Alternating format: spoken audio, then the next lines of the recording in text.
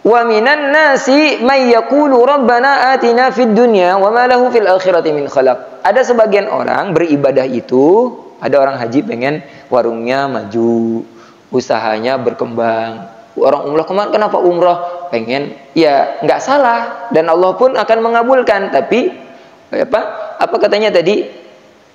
Wa ma lahu fil akhirati min khalaq. Tapi di akhirat udah nggak ada sisa. Ya, jadi makanya kemarin ada yang bertanya, Ustadz, kalau kita udah sedekah terus dapat bonus, usaha kita maju, gajinya naik, ada rezeki-rezeki dadakan, itu gimana? Di akhirat masih ada dapat nggak? Dapat pahala selama niatnya untuk akhirat, untuk pahala, untuk meraih surga, untuk Allah Subhanahu wa taala. Bisa. Jadi di dunia itu hanya bonus. Tapi kalau yang dunia saja, wa malahu fil akhirati min khalaq, nggak ada jatah di akhirat. Tapi wa minhum may yaqulu rabbana atina fid dunya hasanah. Ada sebagian lagi dari mereka yang berdoanya, ya Allah, saya memang minta upaya kerjaan saya diberikan kemajuan. Selain pekerjaan, datangkan rezeki dari jalan-jalan yang lain supaya saya bisa istiqomah, tumaninah untuk ibadah. Supaya bisa menghajikan orang tua. Hari ini saya yang umrah, ya Allah, saya pengen balik lagi umrah bersama orang tua saya. Saya pengen membantu musola itu nanti ada lantai 2 untuk tempat ngaji. Kalau bisa ada orang atas santri-santri yang nginep. Ya, anak-anak misalnya khodimat atau asisten rumah tangga di sini yang nggak sekolah kita beasiswakan. Gitu. Jadi meraih dunia itu untuk tujuan akhirat. Dua-duanya dapat. Ya, dua-duanya dapat. Ulaika lahum nasibum mimma kasabu wallahu sari'ul hisab. Allah itu perhitungannya sangat cepat. Ya, hisabnya sangat cepat. Itu. Jangan sampai justru seperti penyakit-penyakit yang ada, ya. Apa penyakit utamanya itu? Jadi tujuan pertama dan dari sejarahnya itu kan ketika watslu, ya, dan bacakanlah kisah tentang anak Adam. Ya, di surat Al-Maidah itu. Jadi kurban pertama kali itu sejarahnya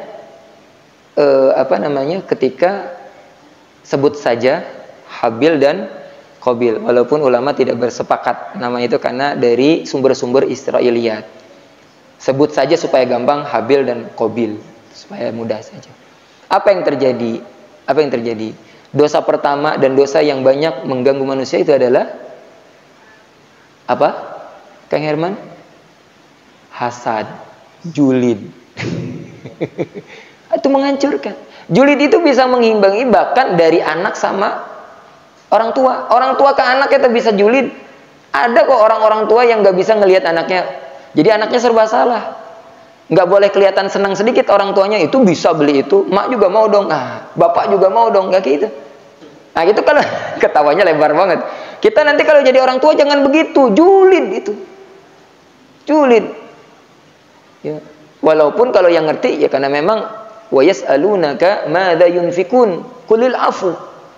Ketika mereka bertanya, para sahabat bertanya, ya Rasulullah, bagaimana apa harta yang harus kami infakkan itu untuk apa aja? Qulil afu, sesuai dengan kemampuan dari sisa kebutuhan kita yang pokok.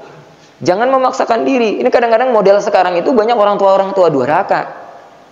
Kalau kita punya, ya misalnya yang nyerempet ke arah itu orang tua, mertua yang suka merongrong, ya kita sikapi dengan baik. Dan kita belajar jangan sampai mengulangi kesalahan-kesalahan seperti itu. Memang kalau sebagai anak itu, kata Nabi bahkan ada yang protes kan soal bapaknya. Kata Nabi, kamu dirinya sama harta kamu milik bapak kamu, kata Nabi.